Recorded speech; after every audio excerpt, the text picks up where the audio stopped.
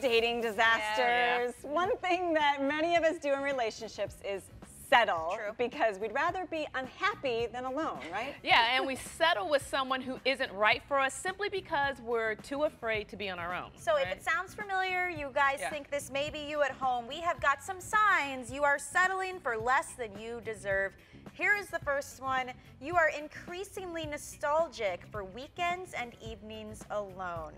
Everybody loves an occasional free night. We were just talking about that. But if you secretly wish for a Friday night by yourself, then another, then another, then a weekend, you're probably settling, right? And that's our own minds telling us without us realizing it. Yeah, I would think. absolutely. You know? Yeah, and you know what? There's nothing wrong with being alone, right? I mean, we said it over and over and over, but if we can conquer our minds, we can conquer how we feel about anything, and then we can change our behavior. It's simple. Absolutely. Here's another one. I think a lot of women do this. You may be settling if you tell yourself you're racing the clock. So it's pretty easy to lower your standards when you think the only alternative is a lifetime of loneliness. So people stay in marriages. I'd rather be with him because if I divorce, I'll never find anybody else. But there is no such thing as a last chance for romance. It can happen at any time. You guys are perfect examples where one day you're like, I've got this awesome man, you know? Yeah.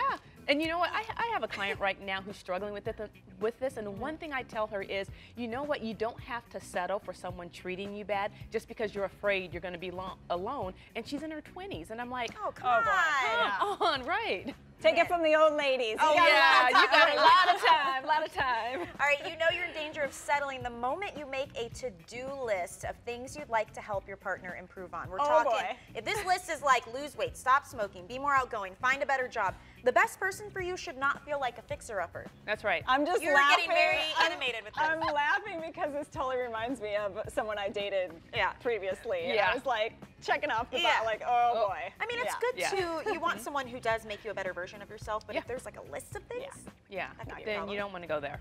And you may be settling if you routinely make excuses for your partner to other people. It's a red flag if you're always rationalizing his or her shortcomings to friends and family. Things like, oh, they didn't have a good role model growing up, or they're just going through a tough time. I mean, if you're always doing this.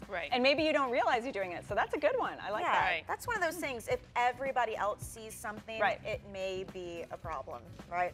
Listen. You guys can always tell us what's on your mind in the dating world. Do you need some help with something? Send them our way on our Facebook page, and we will work your situation into our dating disasters. You can be anonymous if you'd like to. Don't worry about that.